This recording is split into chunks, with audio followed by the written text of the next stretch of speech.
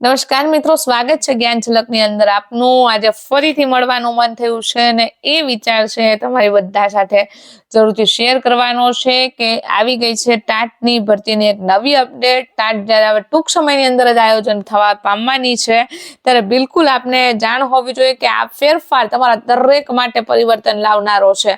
શું છે ફેરફાર, ચાલો વિસ્તારથી જણાવી દો માહિતી, પણ એ પહેલા વિડીયોને લાઈક, ચેનલને સબસ્ક્રાઇબ જરૂરથી કરજો, કારણ કે આવનારી ટાટ હોય કે પછી એઆઈઆઈટી હોય કે શિક્ષણ સેવા વર્ગ 2 હોય, આ ત્રણેય ભરતીઓની સાથે આપને મળતી રહેશે ડેઈલી ઇન્ફોર્મેશન। તો બિલકુલ સબસ્ક્રાઇબ કરવાનું ન ભૂલતા। વાત કરું હવે તમને ભરતીના સંદર્ભમાં, તો ભરતીની પરીક્ષા છે ટાટની જે, એની અંદર એક મોટો નિર્ણય લેવામાં આવેલો છે। આપ જાણો છો એમ કે ટેટની પરીક્ષાની અંદર 2 અલગ અલગ પાસિંગ રેન્જ રાખવામાં આવી હતી, 82 માર્ક અને 90 માર્ક। એવી જ રીતે અહીંયા તમારે ટાટની પરીક્ષાની અંદર 120 અને 110 એ 2 માર્ક સિસ્ટમ છે યાદ રાખવાની છે।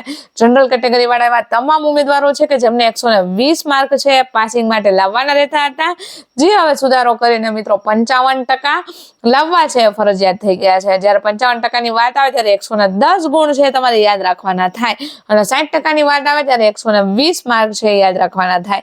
તો એવા તમામ ઉમેદવારોને આ નિર્ણય છે લાગુ પડવાનો છે, જે ઈડબ્લ્યુએસ કેન્ડિડેટ છે, એસટી કેન્ડિડેટ છે, એસસી કેન્ડિડેટ છે, કે કોઈ પણ જે અનામત વર્ગના ઉમેદવારો છે એ બધાનું પાસિંગ ધોરણની અંદર મોટો ફેરફાર કરવામાં આવેલો છે।